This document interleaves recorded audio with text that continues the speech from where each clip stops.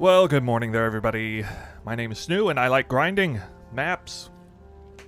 All this league, I feel like I've been either Strongbox farming for Divination Cards, quantity farming, or, well, let's see, God-touched farming for currency mostly via Magic Find. I wonder if I can combine those two things, though. Isn't that an interesting question? Can those two farms be combined for potentially even more currency per hour? I wonder. So I have set out to do a bit higher investment this time, whereas virtually every strategy I've done leading up to this point has been, you know, basically 40 to 60 chaos per map. We're bumping it up, basically doubling that. No winged scarabs yet still. I know I feel like I should have tried that yesterday, but we're getting there. We're getting there. I really wanted to try this on the Colonnade. Going on the Colonnade, 8 mod corrupted maps, and also Wandering Paths. So a lot of new things at play here. This will be the first official Wandering Path video that I come out with 100 maps farming. I was tinkering around with it a lot, kind of on the fence about whether to do Beyond with some of the nodes down here, or Delirium Mirrors. I ultimately decided that Delirium Mirrors is the way to go.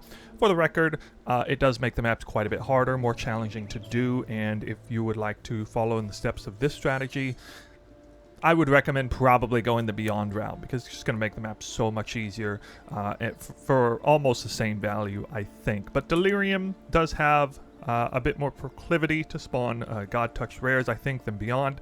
And of course, it just adds to the quantity of drops a little bit overall. I'm only going to be getting like 30, 40, maybe 50 splinters per map. So that's not going to be hugely impressive. But I did settle on the mirror, and the Sextant's still only worth about 50 chaos right now. So pretty good value there. So with Wandering Path, as a review for anyone who's not aware, Wandering Path duplicates the value of the small nodes. This is super good for the quantity and quantity rarity wheels inside, as well as the increased effect of non-modifiers. I always say that wrong. Increased effect modifiers on non-unique maps, which is now 4%. That means some of these map mods are going to get pretty crazy when I have, oh, you know, reduced effect of curses, or reduced effect of auras on myself. When I have 96% reduced recovery, life recovery, that's going to be kind of rough as well.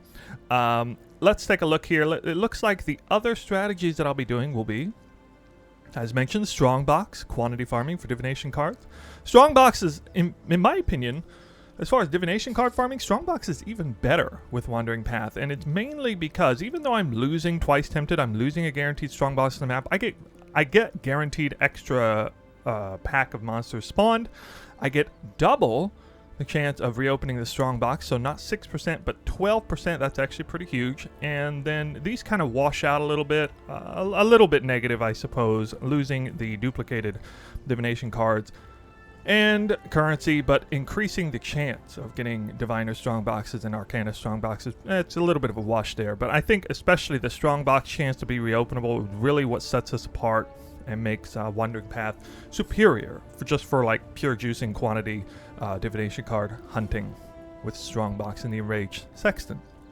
I will still be doing Eater of Worlds, mainly because I don't like the negative downside altar mod where you take chaos damage during Flask's uptime. That really just crushes me bad on the Petrified Blood build that already, the main weakness is damage over time. So we're just going to stick with Eater of Worlds, but I cannot take Shadow of Hunger, so I mean there's no major reason to go Eater of Worlds. And then of course Legion is still going to be a big part of this. Now, I had mentioned in previous videos that I feel Chain of Command is highly underrated, and I swear I'm noticing fewer God-touched rares when I'm not using this, even with Wandering Path. Although I suppose the explosions are going to be a little bit bigger with Wandering Path because the quantity and rarity on maps is going to be higher. I do lament not being able to take this, and I wonder if pure God-touch farming, I'm still a little bit on the fence as to whether Wandering Path really does outright beat the other strategies, mainly because of Chain of Command and understanding, so far, understanding the idea that Legion is sort of a be-all, end-all of God-touch farming. Still got a few points in Harbinger just for basically a little bit added chance to get a patient card. Some of the extra points going into increased map sustain. Just going to be getting way more maps than I usually get. with this strategy because, oh yeah, and a little bit of chance to extend the deli mirror, but you can see it's going to be way harder than usual because all I get is a whopping 20% Delirium Fog, dissipates 20% slower. I do not get Singular Eternity. I do not get Descend into Madness. Those two nodes really help. So I'm just going to have to move faster and faster. And you'll see the strategy I employ when we get to the full map showcase. Talking about Legion being the be-all end-all, it seems like people have really got up with the memo because this sextant here has been climbing.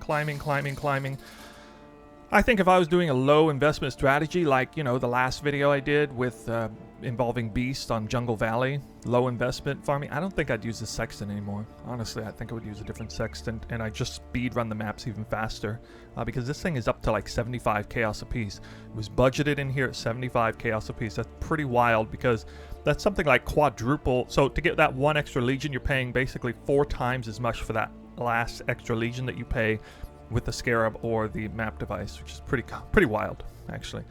Let's see.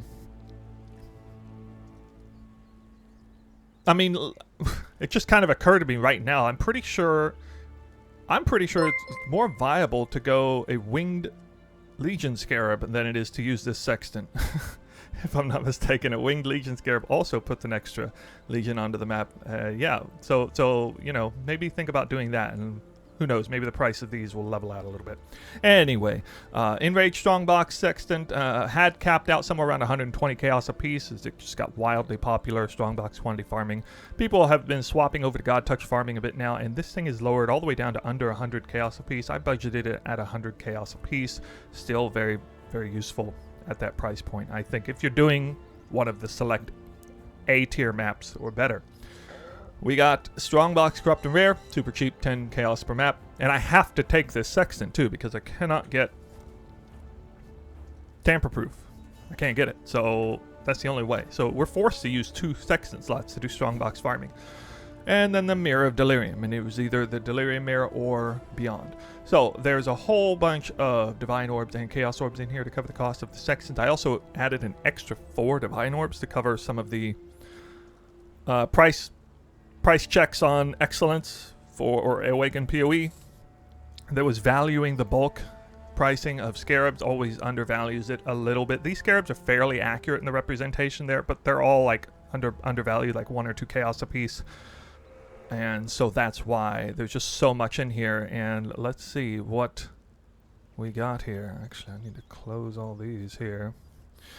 And let's take a look at Excellence. Usual picture. Here we go. Whole bunch of stuff in here. Let's take a look at this startup cost. It's so much higher than usual. Wow. 11,826 chaos. So that's 118 chaos per map. Basically 118 chaos per map. So there's all the Divine Orbs, Chaos, the Scarabs. The maps are in there. And if we take that number, which I've already done once, but, you know, just to verify it on stream, take it divided by 200 because that's where that's the price point of Divines to Chaos. Been really holding strong there for a while now. 59.13 Divine Orbs. There it is. There it is. Okay, and yeah, I'm not 100% sure this is going to be more lucrative than some of the things I was doing on Jungle Valley, but I think it might be. So the patient cards, how many patient cards am I going to be getting? Somewhere between 1 and 2. I believe it'll be somewhere between 1 and 2. And just so you guys know, I have done a test run, and I've even done a false start run with this strategy. Unfortunately, last night I ran into an awkward situation where when my game restarted after crashing multiple times on one particular map that had a buggy map, my tab affinities became re-enabled under the radar. I wasn't aware, and so I kept depositing things into the tabs up here thinking I was throwing them in the dump tab. And I did this for something like 20 maps straight. And that just completely ruined the test. I mean, I'm not going to go through and figure all that out. So we're scrapped that, and we're just going to do it again. So apologies to that. Kind of wasted a couple hours there last night doing that, but I got some practice anyway, and obviously still made some currency. Not so bad. Oh, yeah, I forgot I needed to do one map. Well, I'm going to waste a little bit of currency by just overwriting these. Yeah, I was supposed to do one map as a warm-up before that. Oh, well. My mana is gone. Oh, just forget that was there. Alright, so I decided to stack up all my elemental damage reflect maps up front. Means I can't frost blink in these maps. It's alright, not a big deal. So I could be going Legion, right? For the God Touch side of things, or Ambush for the for the Strongbox Divination card farm and things. I'm gonna stick to Ambush. I am definitely investing a little bit more into the Ambush Divination card side of the farm, for sure. Definitely, if you look at the cost of the Sextons invested in, it's absolutely that way. So we're gonna be going on Ambush side. You know, this should be an interesting farm. Basically, it's just Legion, just Strongbox. Strongbox is gonna get me primarily Patient card, but it could result in a nice juicy God Touch rare, of course. Legion is primarily going to be focused on God Touch rares, but they can drop Patient cards too. Delirium is going to help kind of juice things up all around, kind of even-handedly. Could see a Patient card or a God Touch rare from those. So I'm very anxious to see where we end up on this strategy. Let's get started. Map number 1. So this is how I got to run these maps. I basically have to just book it, massively book it to the end of the map. Fortunately, I've done enough of these maps. I know where the boss room is. I will get 1 free shrine effect every map, and occasionally a second shrine will pop up too. You can see there's a Legion right there. I'll probably be hitting that Legion there very soon. I almost got to be careful. You can see I outran the mirror right there. You can see it ticking down, so run back a split second. The mirror is kind of holding. There, it's gone into the boss room now. Come through, kill the boss. Clear out a little extra delirium stuff. Kind of optional there. Oh, there's a rare with hasted. I think I'll take that. And I'm going to go immediately back to that Legion, because here's the thing. That deli mirror, with the points that I have invested right now, has already begun to expire. Basically, around the time when I exit the boss room, it begins to expire. Now, doing this Legion is going to hold it back momentarily. And here I am frost blinking around like an idiot on an Elemental Reflect map. Shouldn't be doing that. Was a really good time to die, though, actually, because I was going to go back to the beginning of the map anyway. And because I have to run these maps so quickly, I can't really full clear the map, get all the altars I want, and then come back. Instead, I have to just kind of start clearing on the go and deal with the fact that the mirror, I'm just not going to get 100% of the value of the altars, because the mirror is chasing me in a major way. Here, that's just the way it is. Okay, so just got to remember not to use Frost Blink on like the first 8 maps here. Even though I would like to Frost Blink up top. Would be nice.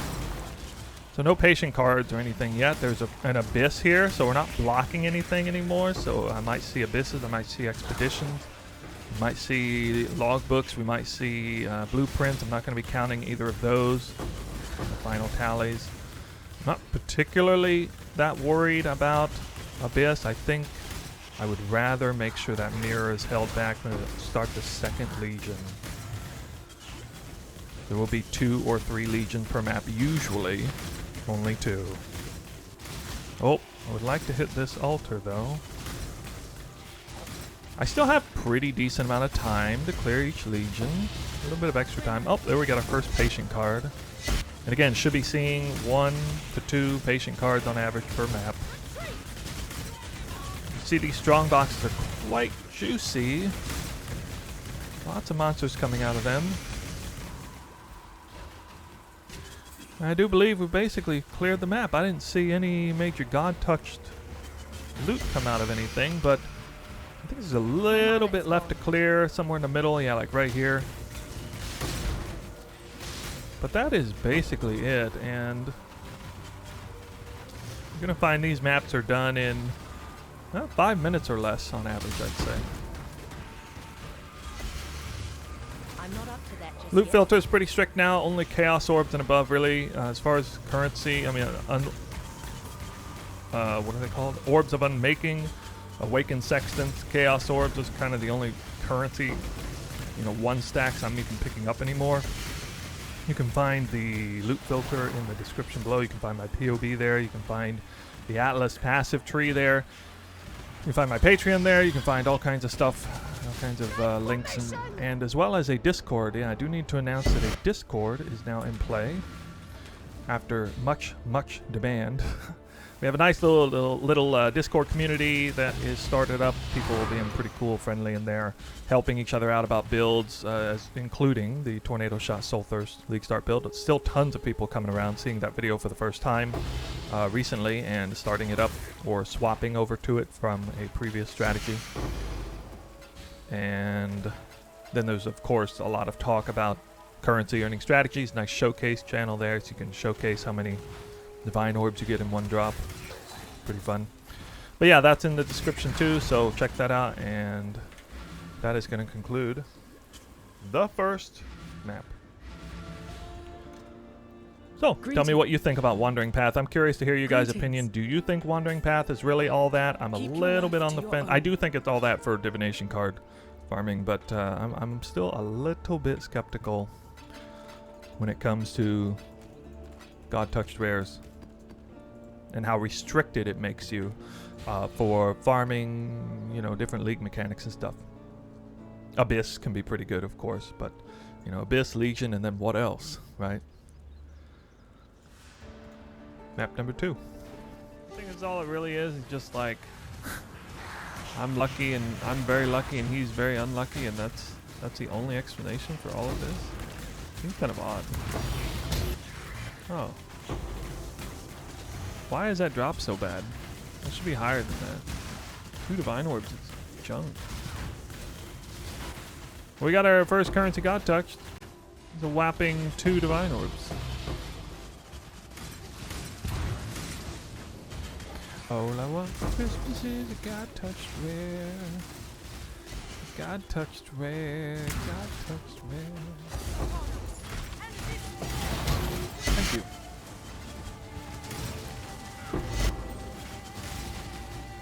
Eight divines.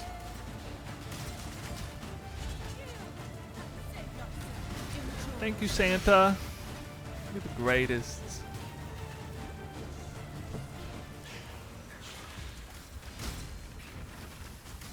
Start singing Solaris Touched. Oh, maybe the meta is to sing your way to God Touched. My mana is gone. We got a roller. Really? Really? Really? My divination display was not running during that. Only 7! Only 7! Need better than that! I was expecting like 10. It's bare minimum. Ugh. Oh well. Praise God, we're finally getting a sum. God, touch rares, man. Alright. Got 15 divine orbs from God touch rares in the last 35 minutes, so there's that. Not all terrible.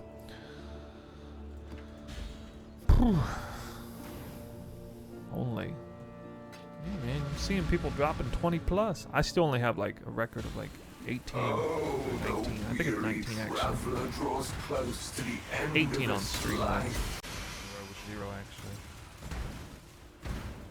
It's kind of wild. I don't know. So you're running everything the same though, huh?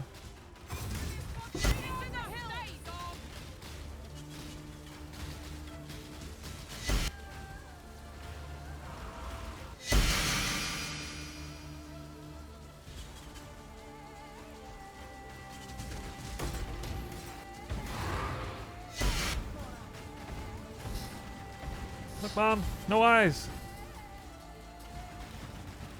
I'm not up to that just yet. I'm so gonna pick that up.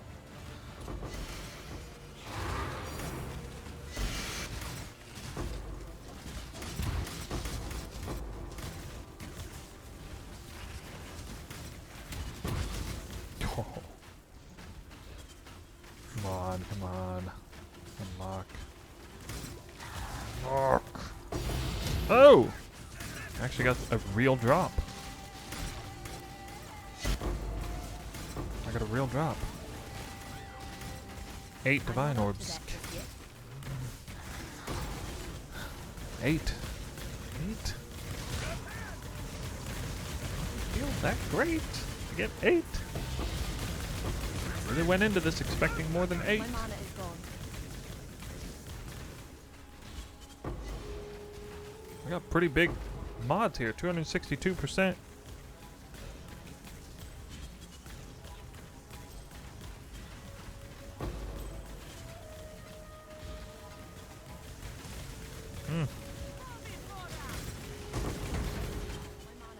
No leech, maybe. Maybe. Usually that's not so bad though.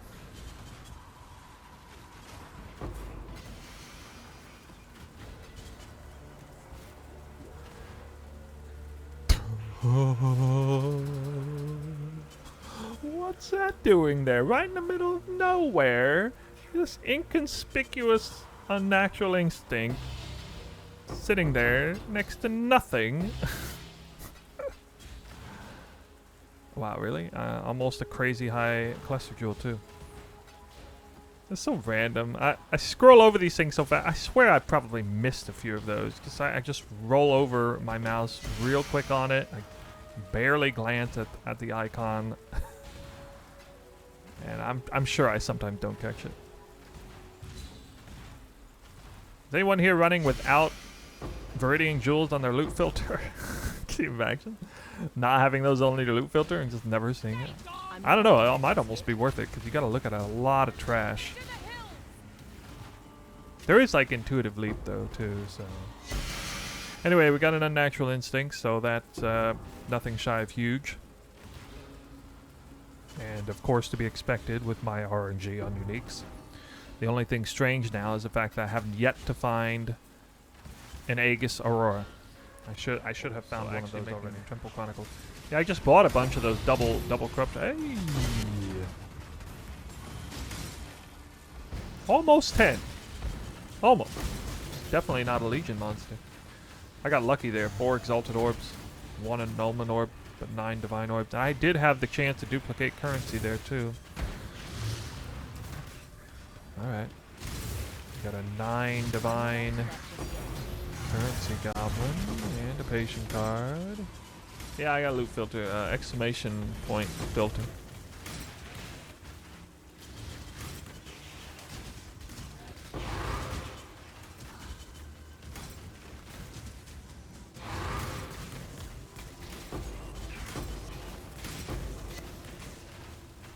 Maybe here comes a currency explosion. Feeling it.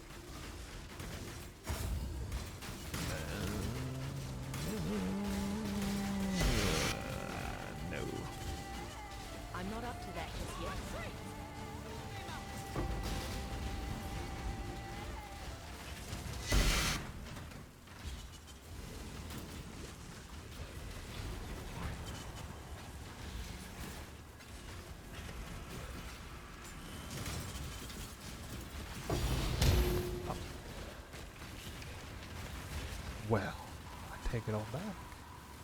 I was feeling it, and it's there. 11 Exalted Orbs, 6 Divines. So bad. So bad. Dude, 6 Divines is just pathetic.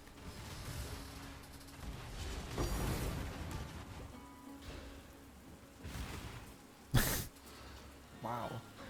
I wonder if that patient was from Brine King or from the actual map. Because obviously that was a Brine King monster.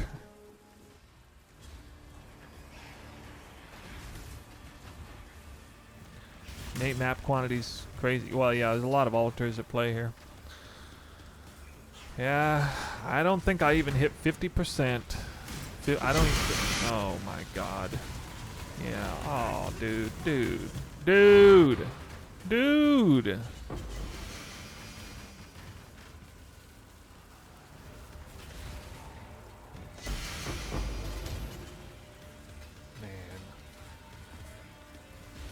Mirrored? Really? I can't use mirrored. Well, the game is telling me to keep going, I guess. I don't know how else to take that.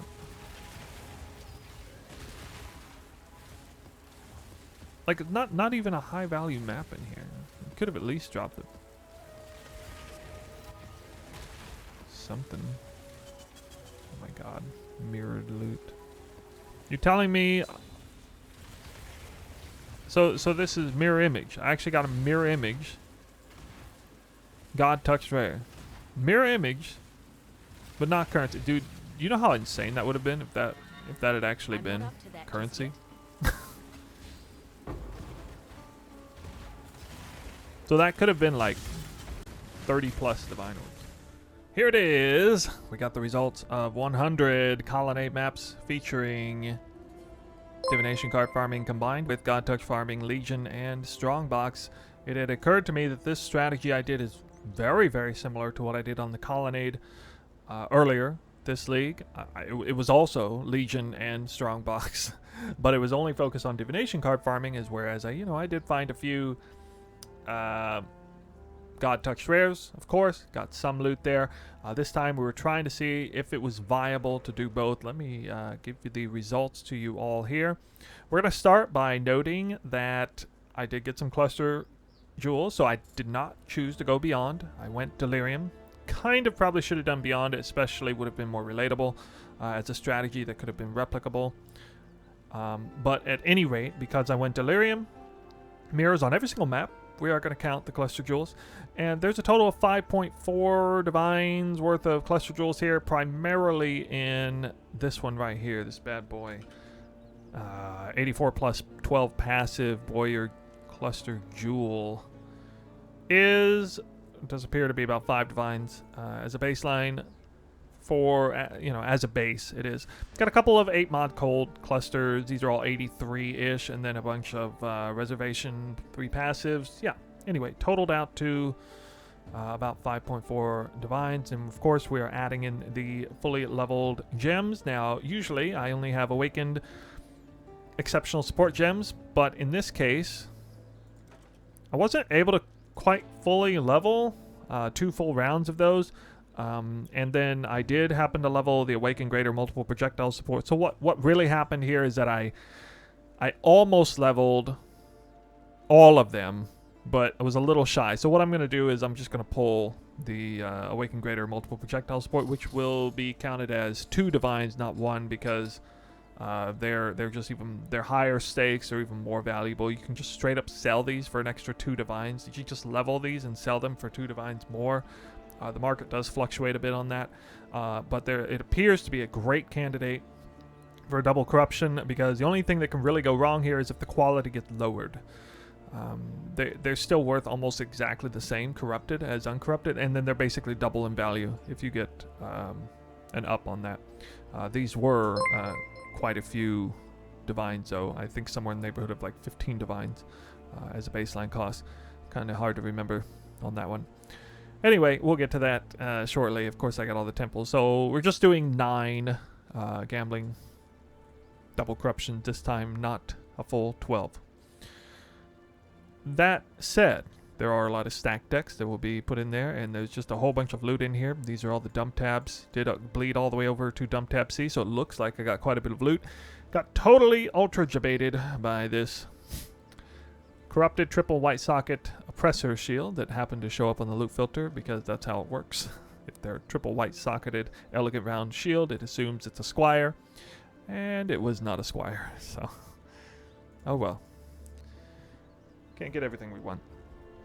Alright, so I'm gonna do a take snapshot once more here. And you can see that in total there appears to be about 35,000 chaos. Let's go through here and see what we have here from top to bottom. So first thing you'll see is 50 divine orbs. That's definitely below what I was expecting. I was expecting well over 50. I was hoping for at least 1 divine orb per map. This was a wandering path strategy, and these maps innately had a lot more quantity and rarity on them without the need for altar support like on Jungle Valley. Still was running Legion. I expected God Touch rares to come out of Strongboxes. We'll talk a little bit, about the nuances of everything that I think happened in the final thoughts, but suffice to say, lackluster. A bit lackluster there. You know what else is lackluster? Is 112 patient cards. Last time I did this farm on Colonnade, I found 109. I believe it was 109. So only 3 patient cards more. I can't remember exactly if it's like the same strategy. There's something a little bit different about it. But it would have been roughly the same number of monsters on the map. The non-wandering variant versus wandering path variant. Ah, yes, of course. There is one very lucky drop in here, an Unnatural Instinct. This is the third one of my league. No Aegis Auroras, though. I don't know where they are. This is like the first time I've done 100 maps and not seen like more than one of them. So I consider myself not that lucky, I guess, since there's none of them. But obviously, Unnatural Instinct, very lucky there. That's a huge, huge, unique item. I am going to count it. I still count these for the sake of the results. I will go in and we'll see, you know, I'll also showcase a number that represents it not being there. Hopefully I don't forget to do that. Look how many maps drop on this. Wandering Path is insane for map sustain, or at least the way I had it set up. Now I did have some extra spec nodes into maps, increased level. It is called... These right here, higher map tier chance, all of these, it really does make a huge difference. The fact that they're duplicated in value, that's pretty big. We didn't really showcase that a whole lot in the beginning, but I knew I was going to get more maps. But that does get me thinking about, you know, trying to tailor a strategy at some point, maybe seeing if I can make a strategy that sort of sets up for getting you a ton of 8-mod corrupted maps. If you were to run an 8-mod corrupt map sextant strategy, it would seem that it would be the best to do that on a Wandering Path strat. Maybe. 20 timeless Mariketh emblems. Let's double check, take a look at emblems. Now I already looked at this and I noticed that there's where are the timeless Val emblems? I don't know where'd they go. There's so few there. I decided I'm just gonna leave them in there. I'm not gonna count them separate. I initially was going to count them separate at 0.5 divines per set. We're just going to kind of deal with the fact that as far as the emblem value, we're just going to be a little more conservative than usual because I just don't have enough sets to really warrant messing with that. 14 simulacrums, 717 chaos orbs, that's a lot of clicks. 215 dying anguish. So I practically doubled the number of patient cards with dying anguishes, and I'm pretty sure, I think most people agree, dying anguishes do not drop twice as often as patient cards. It's around 1.5 times as many. Maybe like 1.666 times as many. It might be that might be the ratio, but it would seem that, yeah, there's a little bit of an anomaly going on here. Oh yeah, I did get a Relicus's Impatience, so that was a pretty nice, unique find. I'll just kind of scroll through the dump tab. You can take any screenshots. Double checking things. You got another 2 dust, not 20%er this time. A lot of stuff. Let's take a look at uniques first. Just kind of see the list.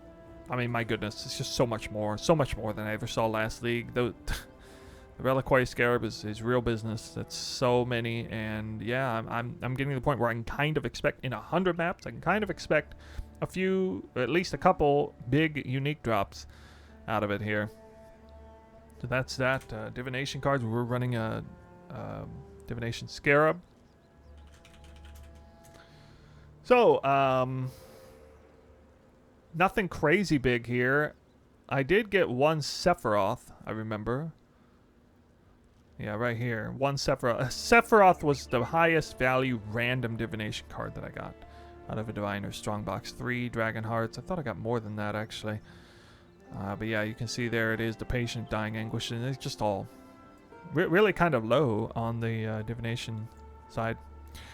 That will about conclude what I want to show you on Excellence there. So we're going to take... There it is, 35,000. 35,754. Divine Orbs holding strong at 200 to 1 ratio. So we got 178. Plus 5.4 for the Cluster Jewels. Plus 12 for the Awakened Gems, the really high value Awakened Gems. Okay, and that's going to be here, 59.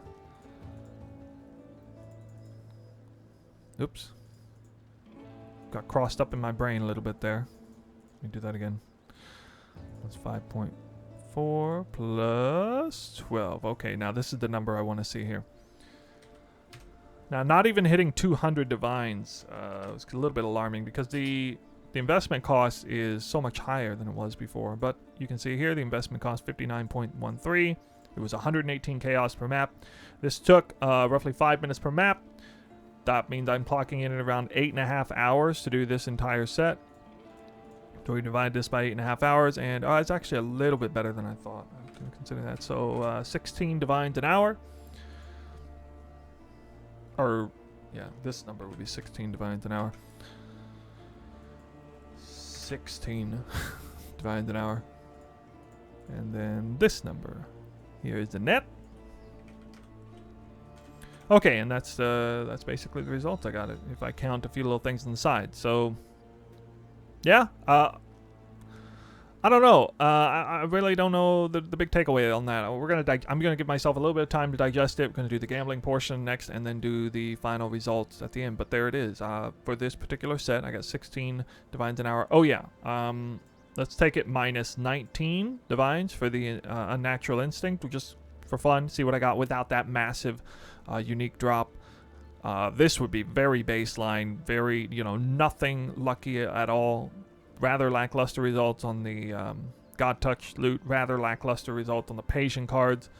And with that in mind, I still made about 14 divines an hour. But the strategy was very challenging. It was Delirium Mirrors on Colonnade with Legions, a Wandering Path. So that's that's pretty rough. And I definitely died, sometimes on this strat. Okay. Well, you know what we got to do next? My mana is gone. One of my fun parts. My RNG has been absolutely out of this world when it comes to divination, double corrupting awakened gems. I don't know how there's any way I can top this. I've been getting more ups than anything else. I made a straight up mirror last time gambling these. So yeah, look forward to that. I'm also going to put in a bunch of Prism Guardians. And let's see, I'll just throw these in here. I have a few other little cute items, I guess. A couple of good Mantra of Flames. Maybe we'll do a couple of Sedima's Touch. Or the 7 League Step or something like that. Yeah, stay tuned. It's coming right around the corner. I got a bit of a long face. The gambling results are back. Obviously, there is a very nice card in there that's worth 5 divines. The Immortal has made the stacked deck gamble extremely lucrative, in fact. But outside of that, let's see what happened in the double corruption chamber. First of all, hardly anything even survived.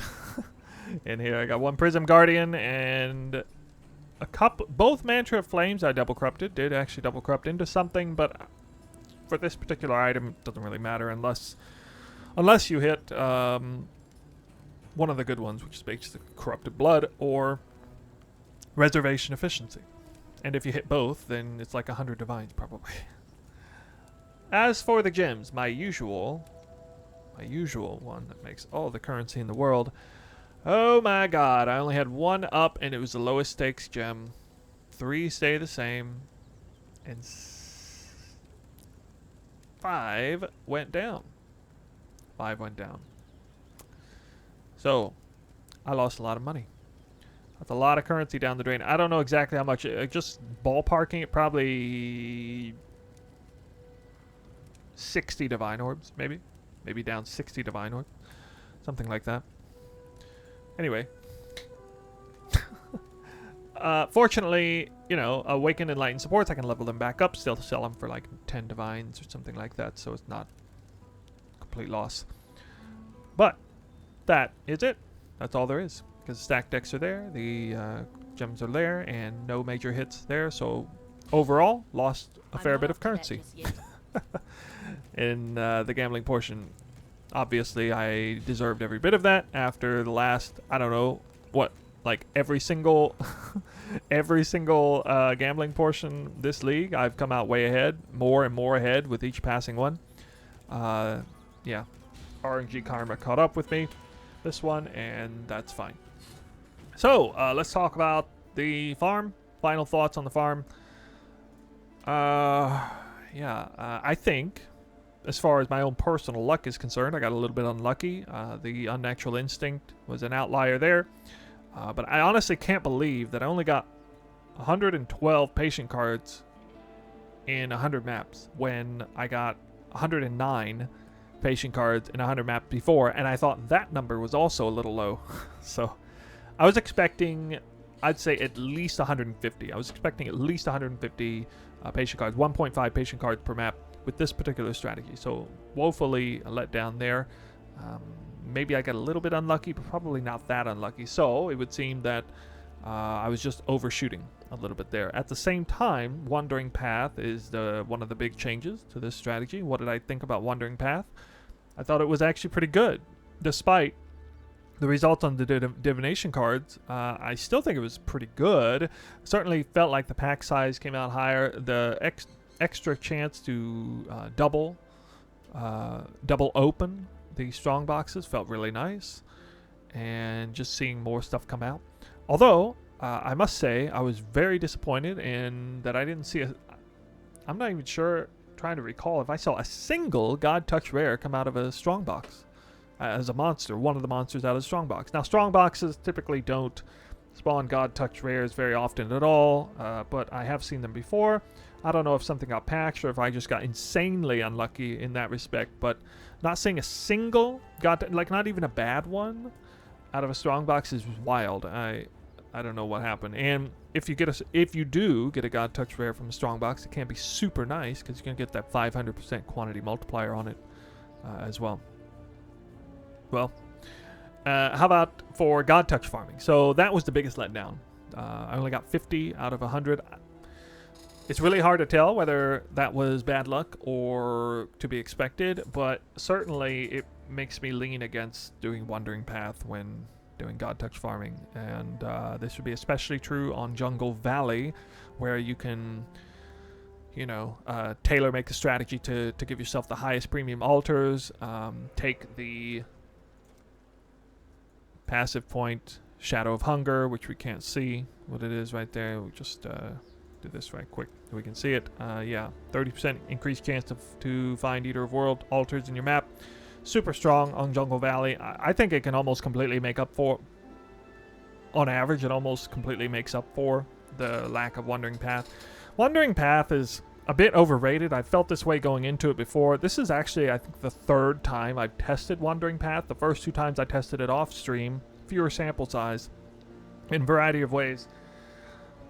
The results weren't that great. Every time I tested it, I was really let down by the results, and it also just feels a lot worse because, well, especially if you're running the Gull Helm, which I have been up until now. But even without it, the maps are so much harder. You're not getting a whole lot extra out of it. There are a few mechanics that there are a few little interesting things that seem better about it. Like, for example, I'm going to see more Mariketh Legions. Beyond would be extra good because of the duplicating these nodes right here. But Delirium mirror farming feels way worse with it. Strongbox feels honestly about the same. Abyss is going to feel about the same. Losing Chain of Command.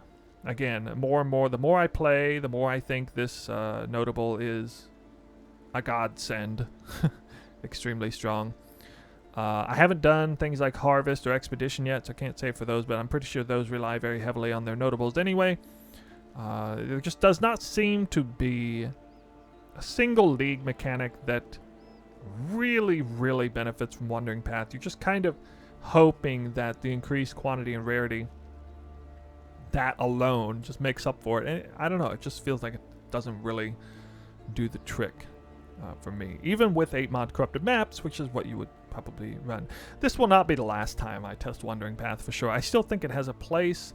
I think it has a place especially with divination card farming, like maybe doing like a high budget defiled cathedral farm, something like that for the apothecary card and all the other cards. Could be really good, actually, for that.